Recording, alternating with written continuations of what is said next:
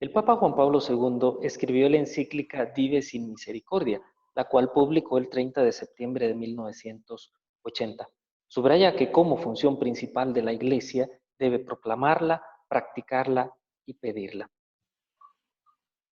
En el año 1905 nació Sor Faustina Kowalska, una religiosa polaca como el Papa Juan Pablo II, la cual entre 1931 y 1938 tuvo una serie de revelaciones en las cuales Jesús dejó por escrito un diario que consta de más de 600 páginas y cuyo fruto es también la celebración para nosotros de este segundo domingo de Pascua como Domingo de la Divina Misericordia. Nosotros, sacerdotes de México, Costa Rica y Guatemala, queremos ofrecer a usted una reflexión sobre la misericordia y la cristología, sobre la misericordia y el derecho, y sobre la misericordia y la espiritualidad. Desde la cristología, hemos de comenzar diciendo de que Jesús es el rostro de la misericordia del Padre.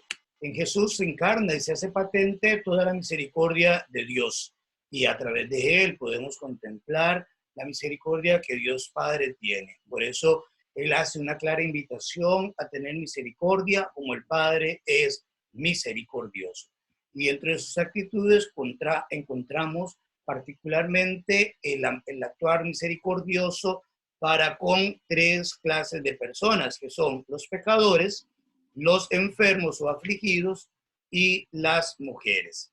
Cuando hablamos de la misericordia para con los pecadores, hemos de decir que estos son los más necesitados de la misericordia de Jesús. Y Cristo comienza por ello su predicación exhortando a la conversión justamente de los pecadores. Y San Pablo, por ello, nos haya invitado a decir que había dicho de que Jesús quiso, o Dios mismo quiso encerrarnos a todos en el pecado de la desobediencia para poder tener misericordia de todos. Jesús aparece desde un principio teniendo misericordia y comienza a decirle a aquel paralítico que se lo presenta en una camilla, tus pecados te son perdonados, al ver la fe que tienen aquellos que lo llevaban en la camilla. Cuando se pone frente a las autoridades, defiende su posición, y a quienes lo critican responde más bien con gestos de misericordia, y advierte con las palabras citadas por el profeta Oseas, que prefiere la misericordia antes que los sacrificios, que encontramos en el texto de San Marcos. De igual manera, Jesús tiene misericordia con Zaqueo, en cuya casa se hospeda, y a quienes les critican responde que él ha venido a buscar lo que estaba perdido. Perdona de corazón, por ejemplo, a la mujer pecadora, a Simón Pedro, a los verdugos que le crucifican. Y en el último momento en la cruz, como lo contemplábamos el viernes anterior, día que comenzábamos la novena a la Divina Misericordia también, la misericordia que tuvo con aquel ladrón que se convirtió en el mismo suplicio de la cruz.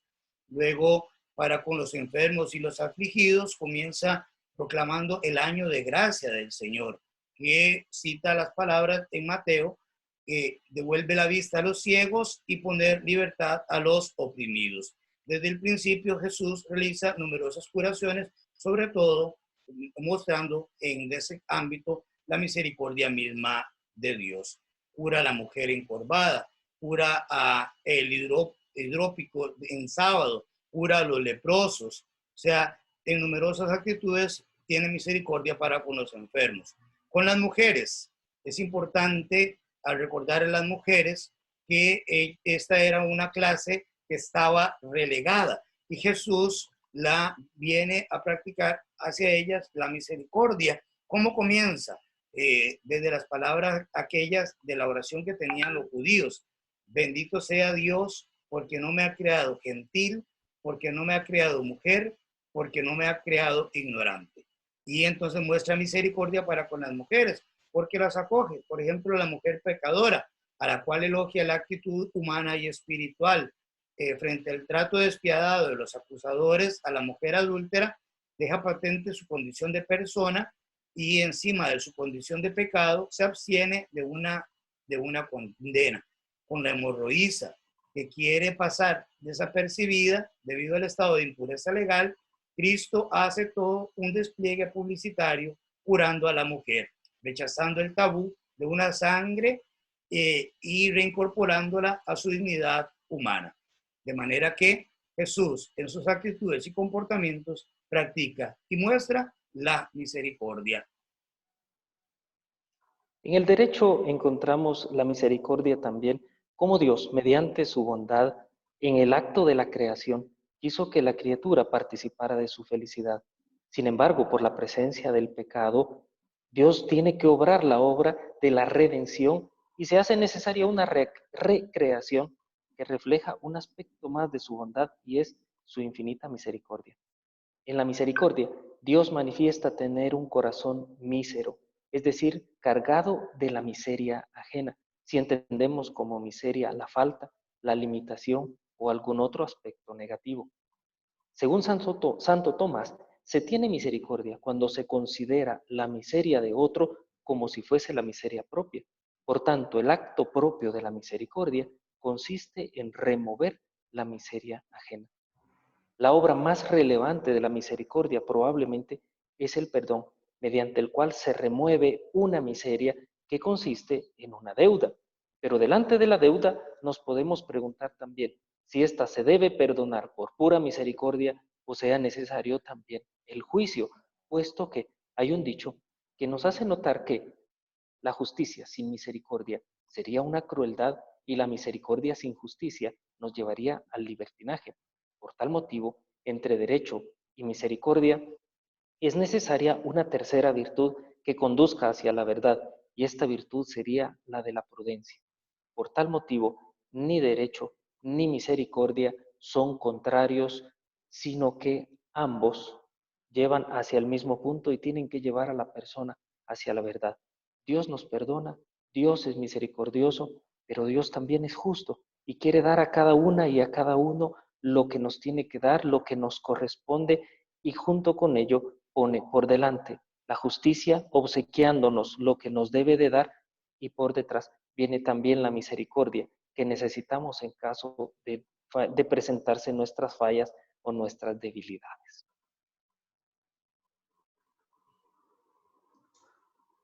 También tenemos que ver lo que es la misericordia desde la espiritualidad. Yo quisiera empezar con una sencilla anécdota de cuando yo era seminarista. Mi primer obispo, el señor Ricardo Batti Urquidi, de feliz memoria, nos pregunta a un grupo de seminaristas acerca de la vida espiritual. Un servidor, queriendo quedar bien, respondí inmediatamente: todos los días vamos a misa, rezamos el rosario, nos acercamos a la liturgia de las horas.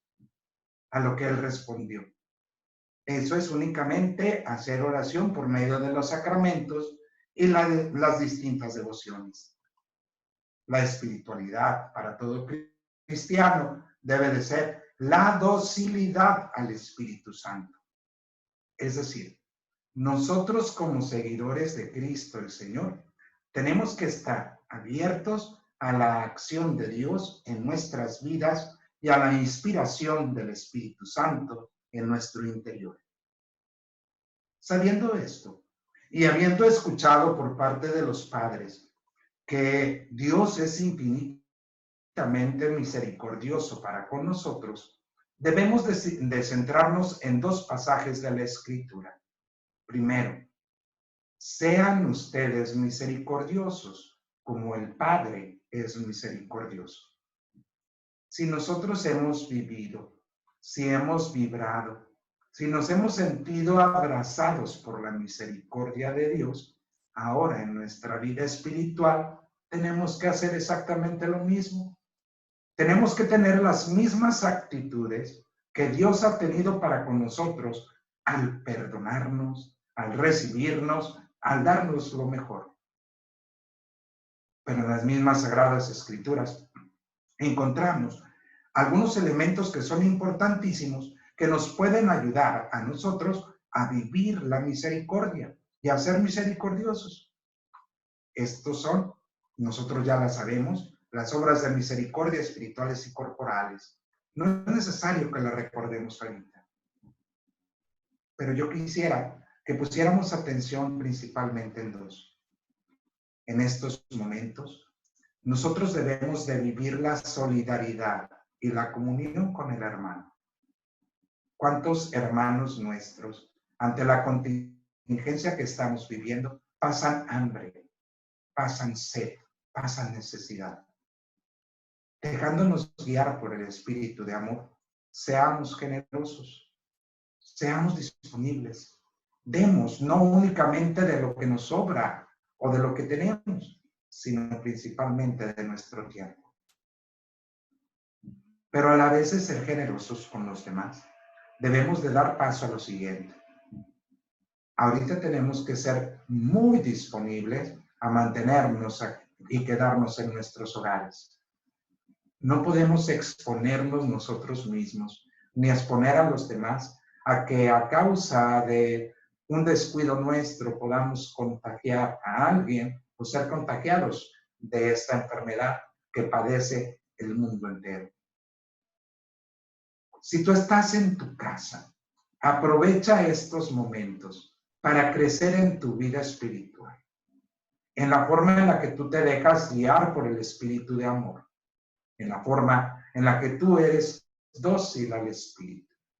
Acércate a la lectura de la palabra, a la oración personal, acércate a meditar con los que viven contigo, con todas las cosas que el Señor ha hecho en ti. Pero también, acuérdate de las bienaventuranzas del Señor. Bienaventurados los misericordiosos, porque ellos encontrarán misericordia. Si tú has experimentado la misericordia de Dios, ahora tenemos que practicarla. ¿Por qué? Porque bienaventurados son aquellos misericordiosos, porque lo encontrarán en Él. Te invitamos para que también puedas hacer esta oración a la Divina Misericordia y unirnos todos en esta hora para que el Señor, en el contexto histórico que vivimos hoy día en el mundo, tenga misericordia del mundo entero. Dios eterno, cuya misericordia es infinita y en quien los tesoros de la compasión son inagotables, míranos bondadosamente y aumentanos tu misericordia, a fin de que en los momentos difíciles ni desesperemos ni nos desalentemos, sino que con la máxima confianza nos sometamos a tu santa voluntad, que es el amor y la misericordia misma. Amén. La bendición de Dios Todopoderoso, Padre, Hijo y Espíritu Santo, descienda sobre ustedes y permanezca para siempre. Amén.